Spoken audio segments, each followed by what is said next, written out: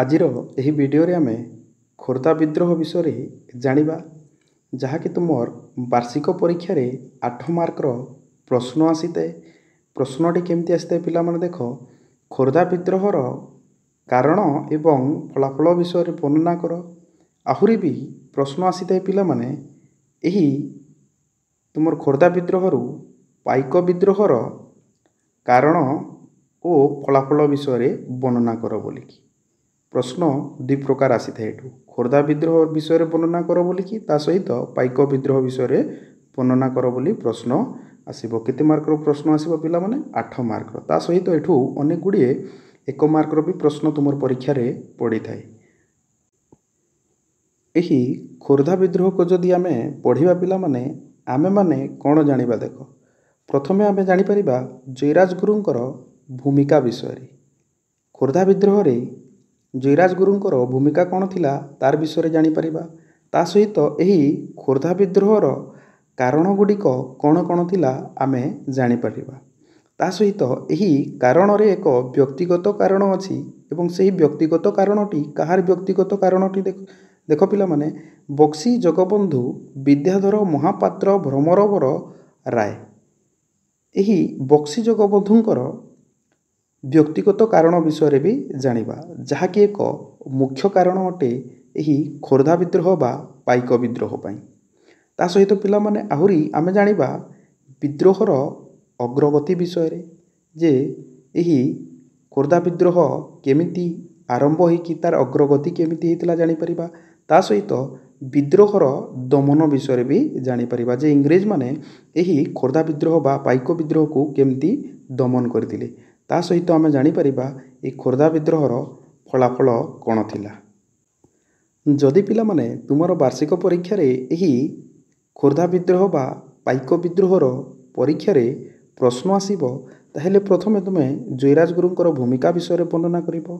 ତା ସହିତ ପାଇକ ବିଦ୍ରୋହର ବା ଖୋର୍ଦ୍ଧା ବିଦ୍ରୋହର କାରଣ ଗୁଡ଼ିକ କ'ଣ କ'ଣ ଥିଲା ଲେଖିବ। ଏହି କାରଣ ଗୁଡ଼ିକରେ ଆମେ ମିନିମମ୍ 5ରୁ 6ଟି କାରଣ ପଢ଼ିବା। ତା ସହିତ ବିଦ୍ରୋହର ଅଗ୍ରଗତି ବିଷୟରେ ଲେଖିବାକୁ ପଡ଼ିବ। ବିଦ୍ରୋହ କେମିତି ଇଂରେଜମାନେ ଦମନ କଲେ ତାର ବିଷୟରେ ଲେଖିବାକୁ ପଡ଼ିବ। ତା ସହିତ ବିଦ୍ରୋହର ଫଳାଫଳ ବି ଲେଖିବାକୁ ପଡ଼ିବ। ଏଠି ଯେଉଁ ମୁଁ ଏହି 5ଟି ପଏଣ୍ଟ ବର୍ଣ୍ଣନା କରିଛି ପିଲାମାନେ, ଏହି 5ଟି ପଏଣ୍ଟ ତୁମର ଉତ୍ତର ଖାତାରେ ନିହାତି ଥିବା ଦରକାର, ଯଦ୍ୱାରା କ'ଣ ହେବ, ତୁମର ଉତ୍ତରଟି ସମ୍ପୂର୍ଣ୍ଣ ହୋଇଯିବ। ଆଜିର ଏହି ଭିଡ଼ିଓରେ ଆମେ କେବଳ ଜୟୀରାଜ ଗୁରୁଙ୍କର ଭୂମିକା ବିଷୟରେ ପଢ଼ିବା। ଖୋର୍ଦ୍ଧା ବିଦ୍ରୋହରେ ଜୟୀରାଜ ଗୁରୁଙ୍କର ଭୂମିକା କ'ଣ ଥିଲା ତାର ବିଷୟରେ ଜାଣିବା ଏବଂ ଏହି ଖୋର୍ଦ୍ଧା ବିଦ୍ରୋହର ପରବର୍ତ୍ତୀ ଭିଡ଼ିଓ ଗୁଡ଼ିକରେ ଆମେ ତାର କାରଣ ବିଷୟରେ ଜାଣିବା, ବିଦ୍ରୋହର ଅଗ୍ରଗତି ବିଷୟରେ ଜାଣିବା, ବିଦ୍ରୋହର ଦମନ ବିଷୟରେ ଜାଣିବା, ତା ସହିତ ବିଦ୍ରୋହର ଫଳାଫଳ କ'ଣ ଥିଲା ତାର ବିଷୟରେ ମଧ୍ୟ ଧୀରେ ଧୀରେ ଜାଣିବା। ଏଠି ଦେଖିପାରୁଥିବ ପିଲାମାନେ ଅନେକ ଗୁଡ଼ିଏ ଫଟୋଚିତ୍ର ଅଛି। ଏଠି ଯେଉଁ ପ୍ରଥମ ଫଟୋଚିତ୍ରଟି ଅଛି, ଏହି ପ୍ରଥମ ଫଟୋଚିତ୍ରଟି ହେଉଛି ଜୟୀରାଜ ଗୁରୁଙ୍କର ଏବଂ ଏହି ଜୟୀରାଜ ଗୁରୁ ଯିଏକି ଖୋର୍ଦ୍ଧା ବିଦ୍ରୋହକୁ ପ୍ରଥମେ ଓଡ଼ିଶାରେ ଆରମ୍ଭ କରିଥିଲେ ଖୋର୍ଦ୍ଧାଠାରେ ଏବଂ ତାଙ୍କର ମୃତ୍ୟୁ ପରେ 1817 ମସିହାରେ ଏହି ଖୋର୍ଦ୍ଧା ବିଦ୍ରୋହକୁ ଆଗେଇ ନେଇଥିଲେ ବକ୍ସି ଜଗବନ୍ଧୁ। ଏଠି ଯେଉଁ ଦ୍ୱିତୀୟ ଫଟୋଚିତ୍ରଟି ଦେଖୁଛ, ଏହି ଫଟୋଚିତ୍ରଟି ହେଉଛି ବକ୍ସି ଜଗବନ୍ଧୁଙ୍କର। ବକ୍ସି ଜଗବନ୍ଧୁ ବିଦ୍ୟାଧର ମହାପାତ୍ର ଭ୍ରମରବର ରାୟ ତାଙ୍କର ପୁରା ନାମ, ଯିଏକି 1817 ମସିହାରେ ଏହି ଖୋର୍ଦ୍ଧା ବିଦ୍ରୋହକୁ ବା ପାଇକ ବିଦ୍ରୋହକୁ ଆଗେଇ ନେଇଥିଲେ। ଏବଂ ଏଠି ଯେଉଁ ମାନଚିତ୍ରଟି ଦେଖୁଛ, ଏହି ମାନଚିତ୍ରଟି ହେଉଛି ଓଡ଼ିଶାର ମାନଚିତ୍ର ଏବଂ ଏହି ଓଡ଼ିଶାର ଖୋର୍ଦ୍ଧାରେ ହିଁ କ'ଣ ହେଇଥିଲା, ଖୋର୍ଦ୍ଧା ବିଦ୍ରୋହ ଆରମ୍ଭ ହେଇଥିଲା। ଏଠି ଦେଖ ପିଲାମାନେ, ମୁଁ ମାର୍କ କରୁଛି ଏଇ ଯେଉଁ ପୁରୀ, ଏଠି ଦେଖିପାରୁଥିବ ମୁଁ ମାର୍କ କରୁଛି, ଏଠି ରହିଲା ତୁମର କଟକ ଏବଂ ପୁରୀ ଆଉ କଟକ ମଧ୍ୟରେ ଅଛି ତୁମର ଖୋର୍ଦ୍ଧା। ଆଉ ସେଇ ଖୋର୍ଦ୍ଧାଠାରେ ହିଁ କ'ଣ ହେଇଥିଲା, ତୁମର ଖୋର୍ଦ୍ଧା ବିଦ୍ରୋହ ବା ପାଇକ ବିଦ୍ରୋହ ଆରମ୍ଭ ହୋଇଥିଲା। ପିଲାମାନେ ଏହି ନୋଟଟି ଯେଉଁ ଦେଖୁଛ ତୁମେ ତୁମ ସାମ୍ନାରେ, ଏହି ନୋଟଟି ବ୍ୟୁରୋ ବୁକ୍ରୁ ହିଁ ପ୍ରସ୍ତୁତ କରାଯାଇଅଛି। ଏହି ଖୋର୍ଦ୍ଧା ବିଦ୍ରୋହ ବା ପାଇକ ବିଦ୍ରୋହ ଆରମ୍ଭ ହୋଇଥିଲା 1817 ମସିହାରେ। କେଉଁ ସ୍ଥାନରେ ଖୋର୍ଦ୍ଧା ବିଦ୍ରୋହ ବା ପାଇକ ବିଦ୍ରୋହ ଆରମ୍ଭ ହୋଇଥିଲା ଦେଖ ପିଲାମାନେ, ଖୋର୍ଦ୍ଧା ବିଦ୍ରୋହ ଆରମ୍ଭ ହୋଇଥିଲା ଖୋର୍ଦ୍ଧା ଏବଂ ତାର ଆଖପାଖ ଅଞ୍ଚଳରେ। ଖୋର୍ଦ୍ଧା ବିଦ୍ରୋହକୁ ବା ଖୋର୍ଦ୍ଧା ବିଦ୍ରୋହ କେଉଁ କେଉଁ ନାମରେ ପରିଚିତ ଦେଖ। ଏ ଖୋର୍ଦ୍ଧା ବିଦ୍ରୋହକୁ ପାଇକ ବିଦ୍ରୋହ ବୋଲିକି କୁହାଯାଇଥାଏ, ତା ସହିତ ଖୋର୍ଦ୍ଧା ବିଦ୍ରୋହ ବୋଲି କୁହାଯାଇଥାଏ। ପିଲାମାନେ କମେଣ୍ଟ ବକ୍ସରେ କମେଣ୍ଟ କରିବ ଖୋର୍ଦ୍ଧା ବିଦ୍ରୋହକୁ ଖୋର୍ଦ୍ଧା ବିଦ୍ରୋହ ବୋଲି କାହିଁକି କୁହାଯାଉଛି, ତା ସହିତ ଖୋର୍ଦ୍ଧା ବିଦ୍ରୋହକୁ ପାଇକ ବିଦ୍ରୋହ କାହିଁକି କୁହାଯାଉଛି।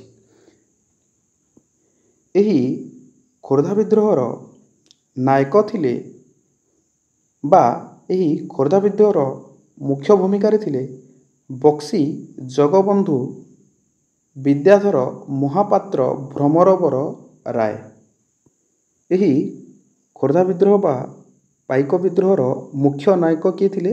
ବକ୍ସି ଜଗବନ୍ଧୁ ବିଦ୍ୟାଧର ମହାପାତ୍ର ଭ୍ରମରବର ରାୟ। ପରୀକ୍ଷାରେ 1 ମାର୍କର ପ୍ରଶ୍ନ ଆସିଯାଏ ପିଲାମାନେ ଯେ ଖୋର୍ଦ୍ଧା ବିଦ୍ରୋହ ବା ପାଇକ ବିଦ୍ରୋହର ନେତୃତ୍ୱ କିଏ ନେଇଥିଲେ? କିଏ ନେଇଥିଲେ? ବକ୍ସି ଜଗବନ୍ଧୁ ବିଦ୍ୟାଧର ମହାପାତ୍ର ଭ୍ରମରବର ରାୟ। ସେ ଜଣେ ବକ୍ସି ଥିଲେ। ବକ୍ସି କାହାକୁ କୁହାଯାଉଥିଲା ଦେଖ ପିଲାମାନେ, ବକ୍ସି କହିଲେ ସେନାର ଅଧିନାୟକ ବା ସେନା ମୁଖ୍ୟଙ୍କୁ କୁହାଯାଉଥିଲା ବକ୍ସି। ଖୋର୍ଦ୍ଧା ରାଜାଙ୍କ ଯେଉଁ ପାଇକ ସେନା ଥିଲେ ସେହି ପାଇକ ସେନାର ଅଧିନାୟକ ଥିଲେ ବକ୍ସି ଜଗବନ୍ଧୁ ବିଦ୍ୟାଧର ମହାପାତ୍ର ଭ୍ରମରବର ରାୟ। 1803 ମସିହାରେ ଇଂରେଜମାନେ ଓଡ଼ିଶାକୁ ଅଧିକାର କଲେ। ତୁମର ପରୀକ୍ଷାରେ 1 ମାର୍କର ପ୍ରଶ୍ନ ଏହା ବି ଆସିଯାଇଥାଏ ପିଲାମାନେ, ଇଂରେଜମାନେ ଓଡ଼ିଶାକୁ କେବେ ଅଧିକାର କଲେ ବୋଲିକି। କେବେ ଅଧିକାର କଲେ? 1803 ମସିହାରେ। ଇଂରେଜମାନଙ୍କ ପୂର୍ବରୁ ଓଡ଼ିଶାକୁ ଶାସନ କରୁଥିଲେ ମରାଠାମାନେ ଏବଂ ମରାଠାମାନଙ୍କୁ 1803 ମସିହାରେ ଯୁଦ୍ଧରେ ପରାସ୍ତ କରି ଇଂରେଜମାନେ ଓଡ଼ିଶାକୁ ଅଧିକାର କଲେ। ପରୀକ୍ଷାରେ ପ୍ରଶ୍ନ ଏଇଟା ବି ଆସିଯାଏ ଯେ ଇଂରେଜମାନେ କାହାକୁ ଯୁଦ୍ଧରେ ପରାଜିତ କରି ଓଡ଼ିଶାକୁ ଅଧିକାର କଲେ? କାହାକୁ ପରାଜିତ କରି?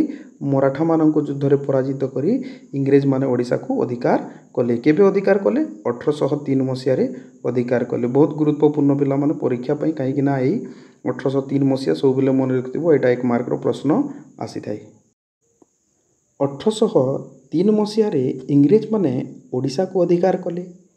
ଓଡ଼ିଶାକୁ ଅଧିକାର କରି ସାରିବା ପରେ ଖୋର୍ଦ୍ଧାରେ ପ୍ରଥମ କରିକି ଇଂରେଜମାନଙ୍କର ଉପନିବେଶବାଦ ବିରୁଦ୍ଧରେ ଆନ୍ଦୋଳନର ନେତୃତ୍ୱ ନେଇଥିଲେ ଜୟୀରାଜଗୁରୁ ଏବଂ ଜୟୀରାଜଗୁରୁଙ୍କ ପରେ ବକ୍ସି ଜଗବନ୍ଧୁ ବିଦ୍ୟାଧର ମହାପାତ୍ର ଭ୍ରମରବର ରାୟ ଏହି ଖୋର୍ଦ୍ଧା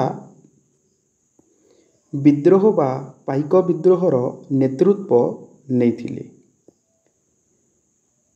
ଏହି ଖୋର୍ଦ୍ଧା ବିଦ୍ରୋହରେ ଜୟୀରାଜଗୁରୁଙ୍କୁ ସାହାଯ୍ୟ କରିଥିଲେ ପାଇକମାନେ। ଇଂରେଜମାନେ ଖୋର୍ଦ୍ଧାର ରାଜାଙ୍କୁ ଗାଦିଚ୍ୟୁତ କଲେ। ତା ସହିତ ଖୋର୍ଦ୍ଧାର ରାଜା କିଏ ଥିଲେ ଦେଖ ପିଲାମାନେ, ଦ୍ୱିତୀୟ ମୁକୁନ୍ଦ ଦେବ। ଏହି ଦ୍ୱିତୀୟ ମୁକୁନ୍ଦ ଦେବକୁ ଇଂରେଜ ସରକାର ବା ଇଂରେଜମାନେ ଖୋର୍ଦ୍ଧାର ରାଜପଦବୀରୁ ତାଙ୍କୁ ଗାଦିଚ୍ୟୁତ କଲେ ଏବଂ 1805 ମସିହାରେ ଏହି ଖୋର୍ଦ୍ଧାର ମିଶ୍ରଣ କରିଦେଲେ ଇଂରେଜ ସାମ୍ରାଜ୍ୟ ସହିତ। ପିଲାମାନେ ଏଠି 1 ମାର୍କର ପ୍ରଶ୍ନ ଆସିଯାଏ ଯେ ଖୋର୍ଦ୍ଧା ବିଦ୍ରୋହ ସମୟରେ ଖୋର୍ଦ୍ଧାର ରାଜା କିଏ ଥିଲେ? ଖୋର୍ଦ୍ଧାର ରାଜା କିଏ ଥିଲେ? ଦ୍ୱିତୀୟ ମୁକୁନ୍ଦ ଦେବ। ପ୍ରଥମେ ଖୋର୍ଦ୍ଧା ବିଦ୍ରୋହର ନେତୃତ୍ୱ କିଏ ନେଇଥିଲେ? ପ୍ରଥମେ ଖୋର୍ଦ୍ଧା ବିଦ୍ରୋହର ନେତୃତ୍ୱ ଜୟୀରାଜଗୁରୁ ନେଇଥିଲେ। କେବେ ଖୋର୍ଦ୍ଧାକୁ ଇଂରେଜମାନେ ତାଙ୍କ ସାମ୍ରାଜ୍ୟଭୁକ୍ତ କରିଥିଲେ? କେବେ କଲେ? 1805 ମସିହାରେ ଇଂରେଜମାନେ ଖୋର୍ଦ୍ଧାକୁ ନିଜ ସାମ୍ରାଜ୍ୟଭୁକ୍ତ କରିଥିଲେ। ଜୟୀରାଜଗୁରୁଙ୍କ ବିଦ୍ରୋହର ଫଳାଫଳ। ପ୍ରଥମ ଫଳାଫଳଟି ହେଲା ଅଧିକାରୀ ଓ ପାଇକମାନେ ପଦବୀ ହରାଇଲେ।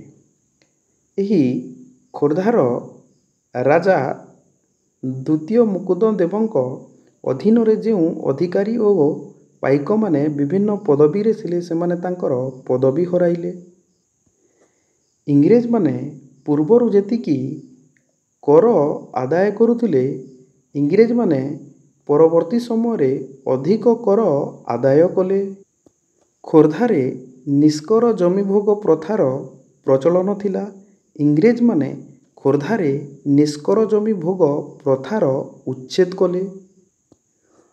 ଜୟୀରାଜଗୁରୁଙ୍କ ଦ୍ୱାରା ପ୍ରବର୍ତ୍ତନ କରାଯାଇଥିବା ବିଦ୍ରୋହକୁ ଇଂରେଜମାନେ 1804 ମସିହାରେ ଦମନ କଲେ। ଇଂରେଜମାନେ ଜୟୀରାଜଗୁରୁଙ୍କୁ ଗିରଫ କରି ଜୟୀରାଜଗୁରୁଙ୍କୁ ଫାଶୀ ଦେଲେ। ପିଲାମାନେ, ଇଂରେଜମାନେ କେବେ ଜୟୀରାଜଗୁରୁଙ୍କୁ ଫାଶୀ ଦେଲେ କମେଣ୍ଟ ବକ୍ସରେ କମେଣ୍ଟ କରିବ। ଖୋର୍ଦ୍ଧା ବିଦ୍ରୋହ ଜୟୀରାଜଗୁରୁଙ୍କ ନେତୃତ୍ୱରେ ଯେଉଁ ଉଗ୍ର ରୂପ ଧାରଣ କରିଥିଲା ଏବଂ ପରବର୍ତ୍ତୀ ସମୟରେ ଯେଉଁ ଇଂରେଜମାନେ ତାକୁ ଦମନ କରିଦେଇଥିଲେ, ତାହା 1817 ମସିହାରେ ପୁଣି ଥରେ ଏକ ଉଗ୍ର ରୂପ ଧାରଣ କରିଥିଲା ଏବଂ ତାର କର୍ଣ୍ଣଧାର ହୋଇଥିଲେ ବକ୍ସି ଜଗବନ୍ଧୁ ବିଦ୍ୟାଧର ମହାପାତ୍ର ଭ୍ରମରବର ରାୟ।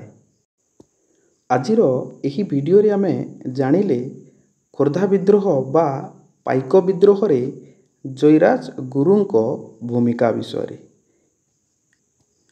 ପିଲାମାନେ, ଯଦି ଭିଡ଼ିଓଟି ଭଲ ଲାଗିଥିବ ତାହେଲେ ଭିଡ଼ିଓଟିକୁ ଲାଇକ୍ କରିଦେବ। ଆହୁରି ପିଲାମାନେ ଏମିତିକା +2 ସେକେଣ୍ଡ ଇୟର ଆର୍ଟ୍ସ ହିଷ୍ଟ୍ରି ସବଜେକ୍ଟର ଭିଡ଼ିଓ ଗୁଡ଼ିକ ଦେଖିବା ପାଇଁ ଏହି ଶ୍ରୀ ଗଣେଶ ୟୁଟ୍ୟୁବ୍ ଚ୍ୟାନେଲକୁ ସବସ୍କ୍ରାଇବ୍ କରିଦେବ। ତା ସହିତ ପିଲାମାନେ ଏହି ଭିଡ଼ିଓଟିକୁ ତୁମର ସାଙ୍ଗମାନଙ୍କ ସହିତ ସେୟାର ମଧ୍ୟ କରିଦେବ।